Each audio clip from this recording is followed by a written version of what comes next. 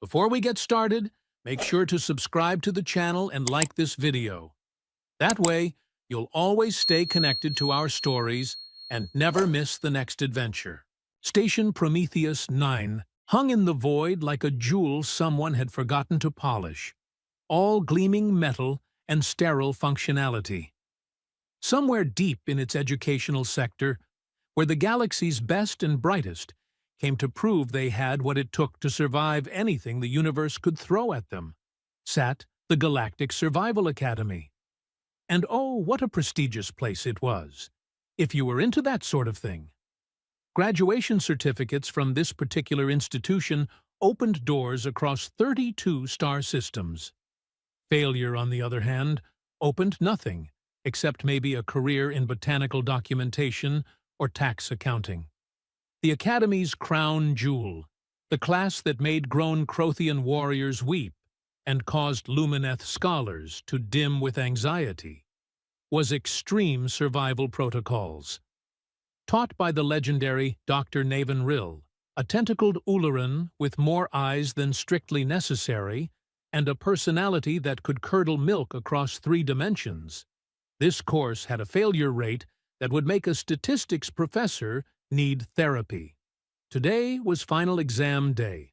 The classroom, if you could call it that, looked more like a military command center had a baby with a meditation chamber and then abandoned it in space.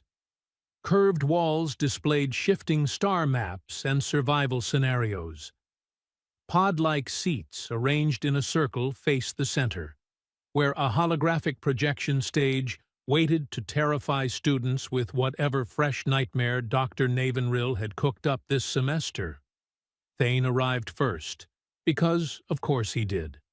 The 4-armed Crothian stood at attention near his assigned pod, all muscle and tactical readiness, probably doing mental push-ups while he waited. His people had conquered 8 solar systems through sheer military prowess and strategic brilliance. This test? This was his moment. His 3rd and 4th arms flexed unconsciously, betraying the only sign of nerves he'd allow himself. Solara manifested next, literally, because Lumineth didn't so much walk as reconstitute themselves in different locations. She existed as a vaguely humanoid form of living crystal, currently shifting through anxious shades of amber and pale green. Light bent around her in ways that hurt to look at directly, and her communication came through color shifts that other species needed translation devices to understand. Right now, her colors screamed, terrified but trying to hide it.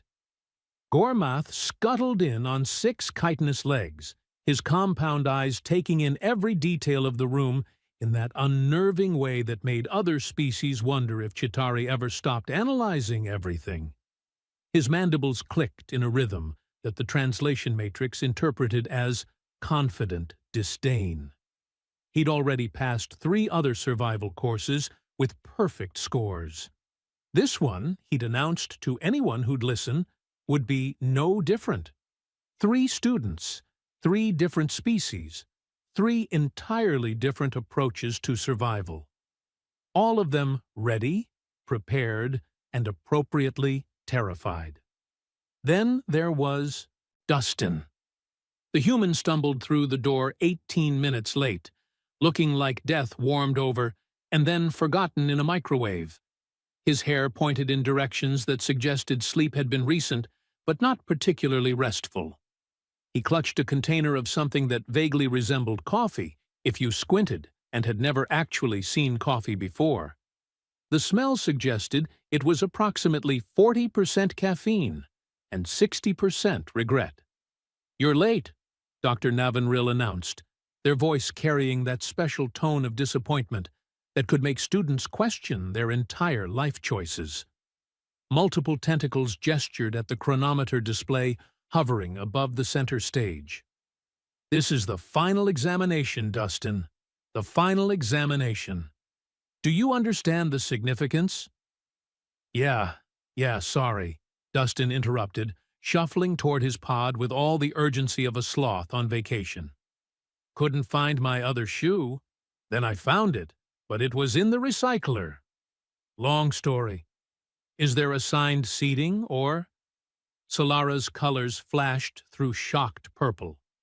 Thane's primary arms crossed, while his secondary arms clenched into fists. Gormath's mandibles stopped clicking entirely, which his species only did when they encountered something so incomprehensible their brains needed a full reboot. Dr. Navanril's leftmost eye twitched. In Ularan body language, this was the equivalent of a full-body seizure of frustration. Pod 4. Now. And if you don't take this seriously, super serious, very serious. Dustin dropped into his pod, nearly spilling his toxic beverage in the process. This is my serious face. His face looked like it was contemplating a nap. The doctor's tentacles knotted themselves in what was definitely not a calming breathing exercise. Class. Attention. Today you face the culmination of 6 months of intensive survival training. The simulation you're about to enter has broken military officers with 20 cycles of field experience. It has reduced decorated war heroes to quivering masses of PTSD. It has... Dustin raised his hand. What? Is there a lunch break in the simulation? Because I didn't eat breakfast. And no, there is no lunch break. You are being dropped into a hyper-realistic recreation of Carnage 6, a death world so hostile that its own ecosystem is actively trying to murder itself. You will face acid rain, carnivorous flora, predatory fauna, seismic instability, and atmospheric toxicity. The simulation monitors everything: stress hormones, decision-making speed, threat assessment accuracy, resource management, survival instinct response time. Your bodies will remain here in the pods, but your minds will experience every sensation as if you were actually there. The holographic display burst to life, showing a nightmarish jungle landscape where the trees had teeth and the rain could dissolve bone. Thane leaned forward, analyzing. Solara's colors went deep crimson with fear. Gormath's clicking accelerated to a staccato rhythm of calculation. Dustin yawned. Dr. Navanril's central eye, the big one that usually stayed half-closed, snapped fully open. Am I boring you, Dustin? What? No. Just long night. This looks great, though. Very murdery. Good job on the ambiance. The test lasts a minimum of 48 hours. Wait, 48? Like 2 full days? Yes, 48 hours. You will not be allowed to pause. You will not be allowed to exit early unless you suffer complete psychological breakdown or your pod registers your simulated death. The passing score is 82%. Last semester, only 31% of students passed. Do you understand the gravity? So, no sleep? Dustin interrupted again, looking genuinely concerned for the first time. You're supposed to be surviving. Sleep will get you killed. Right, but like 2 whole days without sleep? That seems like survival, Dr. Navanril snapped, their tentacles now doing what could only be described as aggressive gesticulation. In a real crisis situation, you don't get to request a pillow and a bedtime story. You survive, or you die. Those are the options. Dustin took a long sip of his horrible beverage, looking thoughtful in a way that suggested the thoughts were moving very, very slowly. Okay, but counterpoint. Sleep deprivation kills more people than... Pod! Now! Everyone! Into your pods!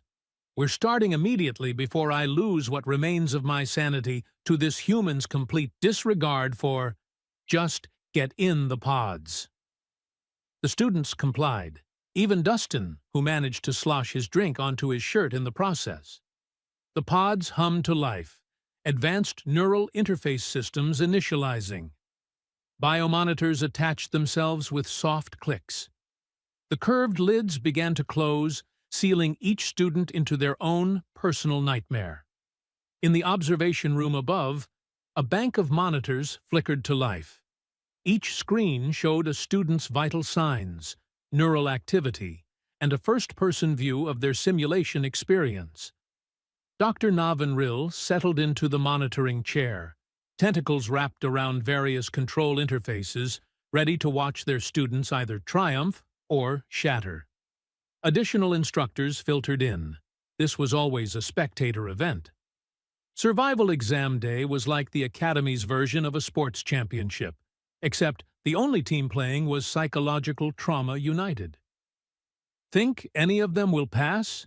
asked Professor Wendix, a gaseous nephary who existed as a contained cloud of sentient particles.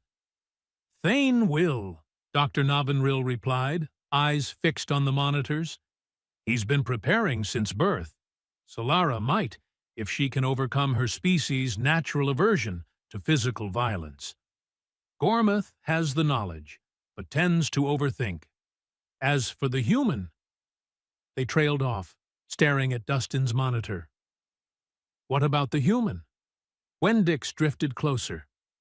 "I'm fairly certain he's going to die in the first hour, and spend the rest of the test respawning until he rage quits." On screen, the simulation began. The students materialized in a dense, humid jungle that smelled of decay and digestive enzymes. The sky overhead was a sickly yellow-green, clouds roiling with acid rain waiting to fall. Something roared in the distance, something large, something hungry, something that definitely hadn't read the memo about student safety protocols. Thane hit the ground running, all 4 arms immediately useful. 2 arms grabbed fallen branches for improvised weapons. The 3rd arm tested soil composition. The 4th arm was already building a preliminary shelter framework. His vitals showed elevated heart rate and adrenaline. Perfect stress response for a survival situation. Solara's crystalline form refracted the jungle light in panicked patterns. She pulsed with deep red alarm colors, immediately scanning the environment for threats. Her equivalent of a heartbeat, rhythmic energy fluctuations, showed she was scared but functioning. She began moving toward higher ground, a solid tactical choice. Gormath's compound eyes processed the environment at speed that made the monitors flicker. Threat cataloging, active. Resource identification, running. Escape route calculation, in progress. His 6 legs carried him toward a dense thicket, where he immediately began testing vegetation for toxicity. Textbook survival response. The observation room hummed with quiet approval. These students knew what they were doing. Then someone looked at Dustin's monitor. Dr. Navanril? What? The human? Dr. Navanril's tentacles snapped toward Dustin's screen. The human had landed in a small clearing near a rocky outcropping. He'd stood up, looked around with the enthusiasm of someone checking their mail, brushed some dirt off his pants, and was now walking toward a cave entrance.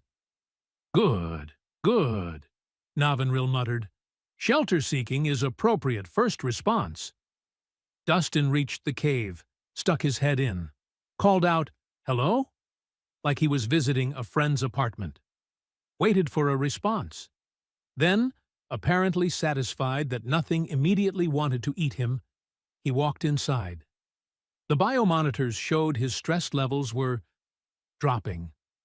"That's odd," Wenedix observed. "Shouldn't he be more alert?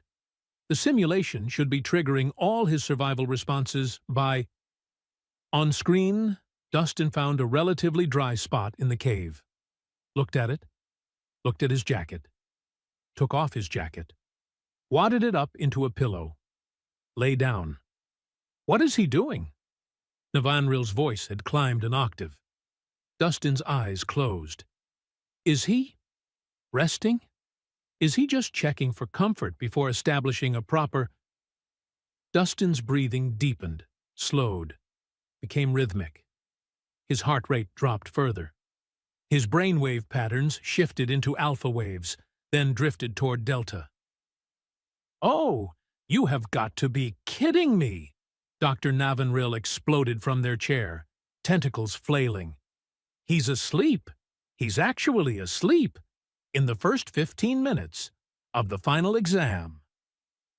The observation room fell silent, except for the hum of monitors and the sound of one human student beginning to snore. Somewhere in the simulation, something howled. Dustin rolled over and kept sleeping. This was going to be a long 48 hours. Hour 1 of the simulation, and things were going exactly as terribly as Dr. Navanrill had designed them to go. Thane had already fought off 2 predators, both of them the size of small shuttlecraft, both of them very confused about why this particular prey item had 4 arms and knew exactly where to stab them.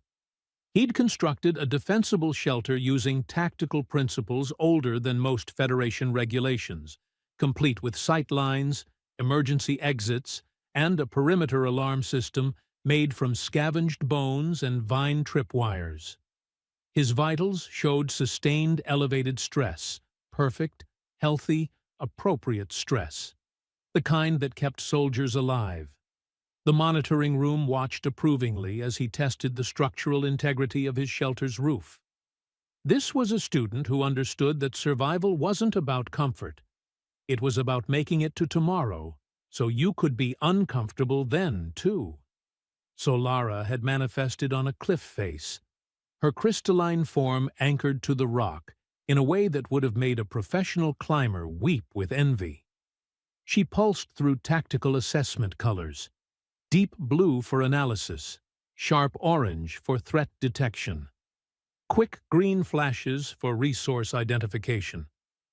A pack of something toothy had tried to climb up after her. She'd used focused light refraction to blind them, sending them tumbling back down. Not bad for a species whose homeworld had no predators larger than a house pet. Her energy reading showed depletion, though. Maintaining physical form while under stress was burning through her reserves faster than optimal. She'd need to find sustenance soon or risk destabilization. Gormath was thriving in exactly the way you'd expect a species of paranoid, hyper-analytical insectoids to thrive. He'd cataloged 93 species of flora, identified which ones were edible, which ones would kill you, and which ones would kill you but take their time about it. He'd mapped escape routes, calculated predator patrol patterns, and established 3 separate cache locations for resources. His compound eyes missed nothing. Unfortunately, his mandibles also wouldn't shut up. The translation matrix was working overtime, converting his constant stream of consciousness into Galactic standard. And the observers were getting tired of hearing about optimal water filtration techniques. "Does he ever stop talking?" Wendix asked, their gaseous form pulsing with irritation.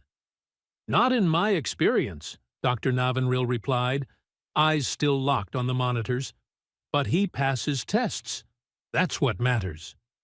"And the human?" Everyone's attention shifted to Dustin's monitor. The human was still asleep. Deeply, peacefully, almost offensively asleep. His cave had turned out to be, through sheer impossible luck, one of the most defensible positions in the entire simulation zone. It was elevated enough to avoid the acid rain pooling that would start in hour 3. It had a natural chimney for air circulation. The entrance was narrow enough that large predators couldn't enter easily. And it was positioned in a geological dead zone, where the seismic activity that would hit in hour 5 wouldn't reach. Dr. Navanrill had placed all these features randomly, scattered across the simulation map like deadly puzzle pieces. The odds of landing near all of them? Approximately 3,000 to 1. Dustin had stumbled into the geological equivalent of winning the lottery, then decided to take a nap about it. His stress hormones are still dropping, noted Professor Kilix, a Drosian physician who specialized in stress response biology. This makes no sense. The simulation should be triggering every survival instinct his species evolved. Humans are from a Class 9 death world. Their entire evolutionary history is about staying alert to threats. Maybe his pod is malfunctioning, Wendix suggested. Navanril checked the diagnostics. No, neural interface is functioning perfectly. He's receiving all sensory input from the simulation. His brain is just choosing to ignore it. On screen, something moved past the cave entrance. Something large. Something that had recently eaten and was still looking for dessert. The creature, a ripjaw stalker, one of Navanril's favorite nightmare creatures, paused at the cave mouth. Its sensor organs, which detected fear pheromones and stress hormones, twitched and probed the air. Nothing. No fear. No stress. No prey signals whatsoever. The stalker, deeply confused by this absence of delicious terror, made a confused chirping sound and wandered off to find something that had the courtesy to be frightened of it. Did that just happen? Killick stared at the monitor. Did a ripjaw stalker just give up because the human wasn't scared? Impossible, Navanril muttered. The simulation adapts to... Dustin rolled over in his sleep, mumbled something unintelligible, and his arm flopped into a different position. This new position happened to knock a small rock toward the cave entrance, which tumbled down and blocked exactly the right amount of the opening to make it even less accessible to large predators. "Oh, come on!" Dr. Navanril's tentacles slapped against the control console. "That's not strategy. That's luck," Wendix offered. "Stupid luck. The stupidest luck I've ever witnessed." Hour 3 arrived with acid rain, right on schedule. Thane had prepared for this. He'd woven a canopy of thick leaves over his shelter, layered and angled for runoff. When the rain started, hissing and steaming where it hit organic matter, his shelter held. Barely. Some drops got through, forcing him to dodge and reposition constantly. His stress levels spiked appropriately. He was surviving, but he was working for it. Solara had to destabilize partially and flow into a rock crevice, compressing her form to avoid the acid. It was uncomfortable, energy-intensive, and her color patterns showed deep distress. But she survived. She adapted. She pushed through. Gormath had constructed an elaborate leaf umbrella system that he continuously repositioned as wind patterns shifted. His legs never stopped moving. His eyes never stopped calculating angles. He was exhausting himself, but staying alive. And Dustin? Dustin's cave had that natural chimney, the one that pulled air up and out, creating negative pressure. The negative pressure that meant the acid rain, even when wind blew it toward the cave entrance, got pulled up and away before it could drift inside. He slept through the entire acid rain event without so much as a drop touching him. His REM cycles were textbook perfect. "I'm going to reprogram this entire simulation," Dr. Navanril announced to the observation room. "Clearly there's a catastrophic flaw in the geographic generation algorithm because there is no way—" "Doctor," Kilix interrupted, pointing at another monitor. "Thane's showing elevated cortisol. He's been in fight-or-flight mode for 3 hours straight. At this rate, decision-making quality will start degrading around hour 6. Navanril forced their attention back to the other students. Right. The ones actually taking the test seriously. Thane was indeed starting to show signs of stress accumulation. His tactical decisions were still sound, but his reaction times had slowed by microseconds. Not much, not enough to fail, but enough to be noticeable. Solara had found a cave system of her own and was currently defending it against some kind of burrowing predator. Her light pulses were becoming erratic, a sign of energy depletion. She needed to rest, but the simulation wasn't giving her a chance. Gormoth had made a critical error. In his exhaustive cataloging of edible plants, he'd misidentified one specimen. Not poisonous enough to kill him, but poisonous enough to make him wish it had. His internal biology was currently fighting a chemical war, while he simultaneously tried to avoid becoming something else's lunch. The other students were suffering exactly as intended. Beautiful, terrible, educational. Hour 6. Dustin woke up. Not because of danger, not because of threats. He just woke up naturally, the way people do when they've had enough sleep. He sat up, stretched, made a face that suggested his neck was stiff, and looked around the cave like he was trying to remember where he'd parked. Finally, Dr. Navanrill leaned forward. Now we'll see him panic. Now the real test begins. Dustin stood up, walked to the cave entrance, stuck his head out, assessed the situation with all the concern of someone checking if it was raining before going to get groceries. The acid rain had stopped. The jungle steamed with residual chemical moisture. Something roared in the distance. Dustin nodded to himself, like the roar confirmed a wee suspicion about local wildlife, and walked outside. "Where is he going?" Wendix asked. "There's no strategic advantage to leaving shelter right now." "Maybe he's going to scout for resources," Killick suggested hopefully. Dustin walked down a slope toward the sound of running water. Not cautiously, not tactically. Just walking, like he was out for a morning stroll in a park that happened to have carnivorous plants and murder lizards. A pack of smaller predators, razor wings, nasty little flying things with serrated feathers, circled overhead. Their hunting pattern involved mobbing prey from multiple angles, creating confusion and panic. They dove at Dustin. He was looking the other way, examining an interesting rock formation. The razor wings, committed to their attack vector, missed him entirely because he'd stopped walking at exactly the wrong moment to look at geology. They swooped back around for another pass. Dustin bent down to tie his shoe. They missed again. "This is absurd," Dr. Navanrill whispered. "This is absolutely absurd." Dustin reached the stream, which ran clear and cold from an underground spring, one of the few safe water sources in the simulation. He splashed water on his face, looked more alert, and then noticed a cluster of fruit growing on a nearby bush. "Don't eat those," Navanrill muttered at the screen. "Those are sanguine berries.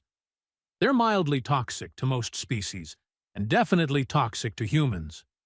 Dustin picked one, examined it, sniffed it. Don't you dare!" He put it back. Oh, thank the void. He has some survival instinct. Dustin reached for a different fruit, 2 bushes over, picked a handful of them, popped one in his mouth. "What is that?" Navanrill frantically checked the simulation database. "What did he just eat?"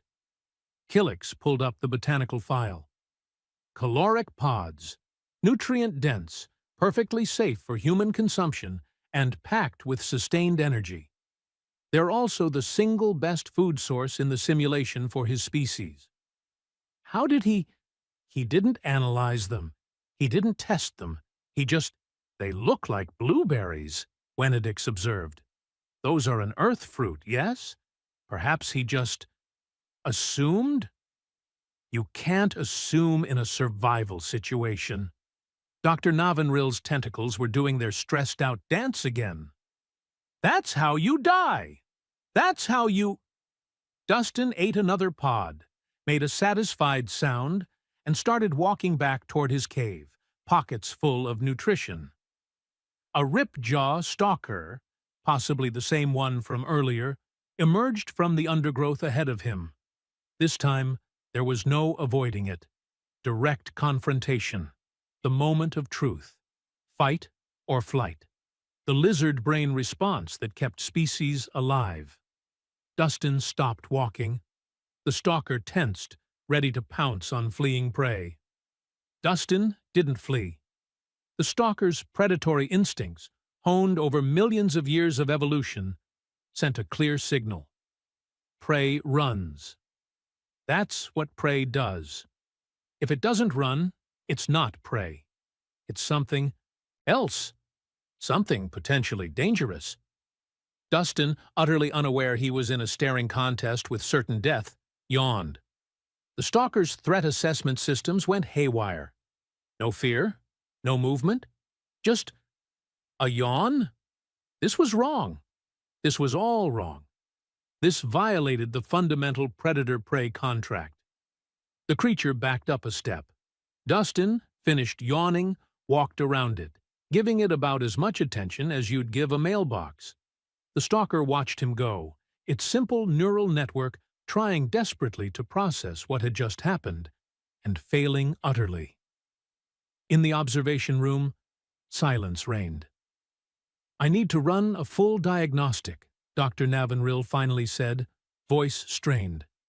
"There's clearly a malfunction in the threat generation algorithms.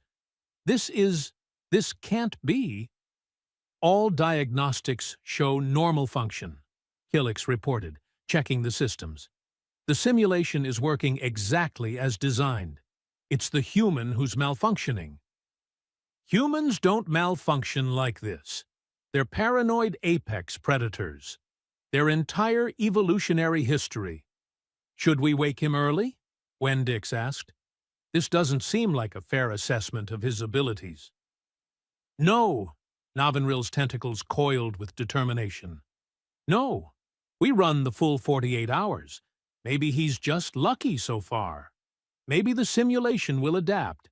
Maybe—" On Dustin's monitor, the human reached his cave, settled back down, and within minutes was asleep again.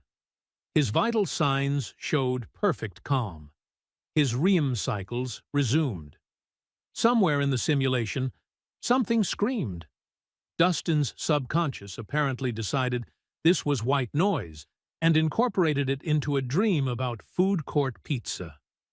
Dr. Navanrill stared at the monitor with all 6 eyes, a growing sense of existential dread settling into their consciousness. They'd designed hundreds of survival simulations. They'd tested thousands of students. They'd seen brave students break and cowardly students find courage they didn't know they had. They had never, in all their cycles of teaching, seen someone just opt out. And somehow, impossibly, infuriatingly, it was working.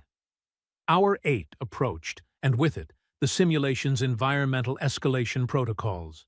Time to see if the human's luck could survive what Navanrill had planned next. Spoiler alert, it absolutely shouldn't have been able to. But this was Dustin. And the universe, apparently, had a sick sense of humor. Hour 20. If the simulation was a pressure cooker, it had just been cranked up to psychological breakdown and left on high. Most students hit the wall somewhere around this point. That beautiful moment when the sleep deprivation started whispering sweet lies about how maybe that predator isn't so bad. Maybe you should just lie down for a minute. Maybe survival is overrated anyway. Thane was still functional, but barely.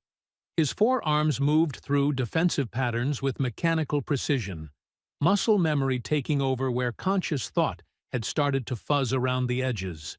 He'd been awake for 20 hours straight, in constant survival mode, and his tactical genius was beginning to crack. He saw threats that weren't there. He'd rebuilt his shelter twice because he was convinced something had compromised it. Paranoia, exhaustion's favorite cousin, had come to visit. His vitals showed cortisol levels that would make a physician recommend immediate intervention in any other context. Solara was dimming, literally.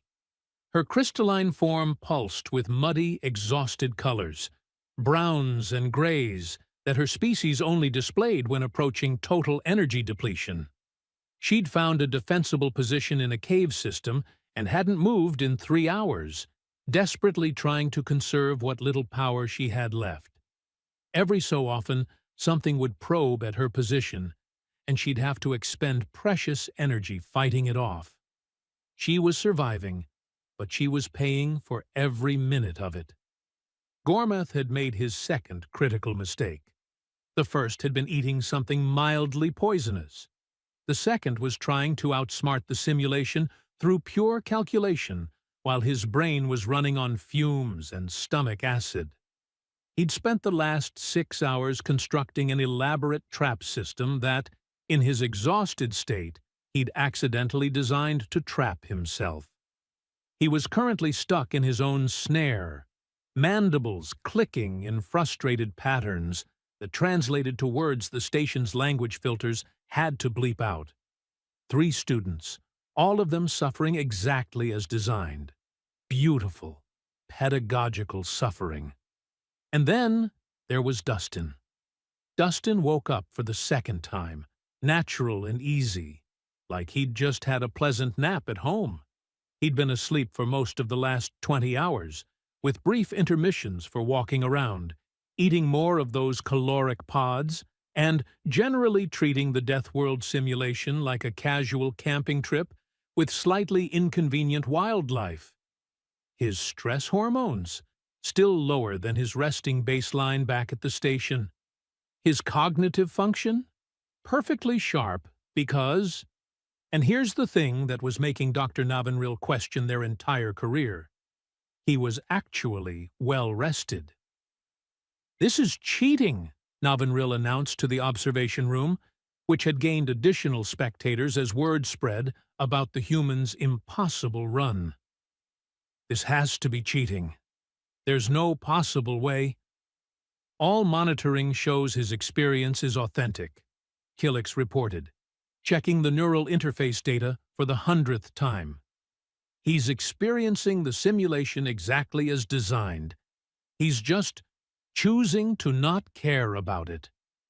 Dustin stepped out of his cave, looked at the sky, which roiled with the kind of clouds that promised something worse than acid rain, and made a thoughtful humming sound. Not a concerned sound, just thoughtful, like he was considering paint colors. Then he did something that made every instructor in the observation room lean forward. He looked annoyed. "Finally," Navanril whispered. "Finally, an appropriate emotional response to—" Dustin picked up a rock and threw it at a flying creature that had been circling overhead for the last hour. His aim was terrible. The rock sailed wide by several meters, but the gesture itself, the casual dismissal of a predator as a mere annoyance, sent the creature flying off in confused retreat. Did he just throw a rock at a screech hawk out of irritation? Wendix sounded impressed, despite themselves. "Those things have been known to carry off fully grown Crothians." "He doesn't know that," Kilix observed. "He has no idea what that creature is capable of. He's operating on pure, what would you call it? Audacity?" "Stupidity," Dr. Navanril corrected. "The word is stupidity." But here's where things got interesting, and by interesting, we mean completely, utterly, catastrophically weird. Dustin started walking with purpose. Not tactical purpose, not strategic purpose, just the kind of purpose someone has when they've decided they're done being inside and want to explore a bit. He walked down slopes, around terrain features, through areas that should have been crawling with predators. And everywhere he went, his slow, unconcerned pace, his complete lack of fear responses, his utter failure to behave like prey, it all created a bubble of predator confusion around him. Things that should have attacked didn't. Not because they couldn't, but because every single instinct they had screamed that something was wrong with this particular prey item. Fear pheromones were how predators tracked targets. Stress hormones were the dinner bell. Panic was the appetizer. Dustin offered none of these things. He was a walking, yawning middle finger to millions of years of predator-prey evolution.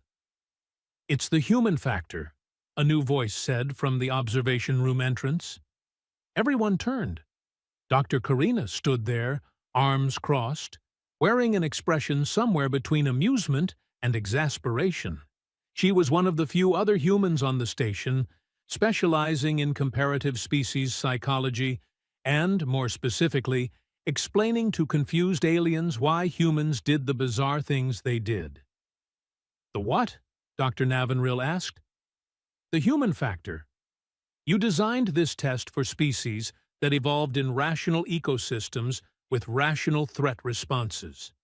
Humans didn't evolve in a rational ecosystem." Karina walked to the monitors, studying Dustin's vitals. "We evolved on a Class 9 death world where literally everything was trying to kill us, all the time, forever. So we developed a really weird psychological defense mechanism. Which is? Selective concern. Humans don't panic about everything because if we did, we'd never stop panicking. Our brains got really, really good at deciding what's actually dangerous versus what just looks dangerous. And you know what humans find more dangerous than simulated predators?" She pointed at the sleep deprivation data from the other students. "That. Exhaustion. Sleep deprivation kills more humans than most predators ever did." Navanrill's tentacles went still. "You're telling me his brain decided the test itself wasn't the real threat? His unconscious survival instincts correctly identified that staying awake for 48 hours straight would impair his decision-making, slow his reactions, and potentially kill him. So his brain said nope, and prioritized actual biological needs over simulated danger." Karina grinned. "He's not ignoring the test. His survival instincts are working perfectly. They're just optimized for actual survival, not for theatrical survival." The observation room fell silent as this sank in. "But that means," Dr. Navanrill sputtered, "the entire point of the test is to measure survival instincts," Karina finished. "And his are functioning beautifully, just not the way you expected." On screen, Dustin found a tree, decided it looked climbable, and started climbing, not to escape a threat, not as part of a tactical plan. He just wanted to see what the view was like from up there. From his new vantage point, he spotted something the simulation designers hadn't intended anyone to find: a flaw in the terrain generation, a path through the upcoming environmental catastrophe that would hit in hour 30. He looked at it, nodded to himself like he'd just figured out a crossword puzzle clue, and climbed back down. Dr. Navanrill stared at the monitors with a growing sense that the universe was personally mocking them. "He's going to pass, isn't he?" they asked quietly. Dr. Karina laughed. "Oh, he's going to do better than pass." 1:48. The end. The pods hissed open in sequence, releasing 4 students who had experienced very different versions of hell. Well, 3 students who had experienced hell, and 1 who had experienced what amounted to a slightly inconvenient camping trip. Thane emerged first, his 4 arms shaking with residual adrenaline. His eyes held that 1,000-yard stare you usually only saw in combat veterans. He'd survived. He'd conquered. He'd proven himself. He also looked like he might punch the next person who said the word survival in his presence. Solara materialized out of her pod like light through dirty water. Dim, flickering, barely holding form. She'd made it, but just barely. Her color patterns showed deep exhaustion mixed with profound relief. She'd need at least a week to fully recharge. Gormoth scuttled out on unsteady legs, mandibles clicking weakly. He'd passed. He was certain of it. He'd used every bit of his species' analytical abilities, catalogued every threat, calculated every variable. He'd also aged approximately 10 cycles in 2 days and developed what would probably be a lifelong nervous tic. Then Dustin sat up, stretched, yawned, and said, "Oh, good. Is the cafeteria still open? I'm starving." 3 pairs of eyes, well, 3 regular pairs plus Gormoth's compound eyes, so technically thousands of eyes, stared at him with expressions ranging from disbelief to homicidal rage. "You..." Thane's voice came out as a croak. "You slept. You actually slept." "Yeah, I mean, 48 hours? That's like medically dangerous levels of sleep deprivation. So I figured you were supposed to be fighting for your life." Gormoth's mandibles clicked so fast, the translation matrix struggled to keep up. "I was poisoned. Twice. I was trapped in my own defensive perimeter. I calculated 3,000 different threat scenarios. You slept." "Right. But none of it was real, though, so..." "That's not the point. Students," Dr. Navanril's voice cut through the rising argument. All tentacles were pointed at the central display, where the holographic scoring system was compiling results. "The simulation has automatically graded your performances based on the established metrics. These scores are final and cannot be contested." The room fell silent. This was it. The moment that would define their academy careers. Thane's scores appeared first, scrolling across the display in cool blue light. Stress management, 83% resource efficiency, 89% threat assessment, 91% decision-making quality, 85% overall score, 86% at passing, solid passing, respectable passing. Thane nodded, satisfied despite his exhaustion. Solara's scores materialized in shifting colors. Stress management, 80% resource efficiency, 85% threat assessment, 88% decision-making. Quality, 83% overall score, 84%. She pulsed with relieved amber. Passing. She'd passed. Gormoth's results clicked into existence. Stress management, 66% resource efficiency, 91% threat assessment, 95% decision-making. Quality, 68% overall score, 80% barely passing, but passing. His overthinking had cost him, but his analytical skills had saved him. Then Dustin's scores appeared. The room went silent. Stress management, 98% resource efficiency, 95% threat assessment, 89% decision-making. Quality, 91% overall score, 93% nobody breathed, nobody moved. The number hung there in the air like an accusation against reality itself. 93%, one of the highest scores in academy history, for a student who had slept through most of the test. "No," Dr. Navanril said flatly. "No, absolutely not. There's been an error. Run diagnostics. Run them again. Run them a 3rd time. This can't..." "All systems functioning normally," Kilix reported, checking and rechecking. "The scoring algorithm is working as designed. These results are accurate." "How?" The word exploded from Navanril with enough force to make several tentacles go rigid. "How is this possible?" Dr. Karina stepped forward, still wearing that knowing smile. "Because the test measured survival instincts, not survival theater. And Dustin's instincts were objectively correct." "Explain." "Now." Stress management, 98%, because he wasn't stressed. He correctly identified that the simulation wasn't an actual threat to his life. Resource efficiency, 95%. He barely expended any energy because he was sleeping. Threat assessment, 89%. Every time he did encounter something, he evaluated it accurately, even if he did so accidentally.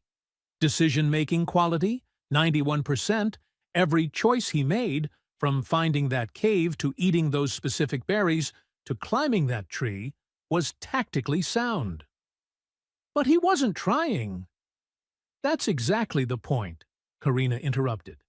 In a real survival situation, overthinking kills you, panic kills you, exhaustion definitely kills you.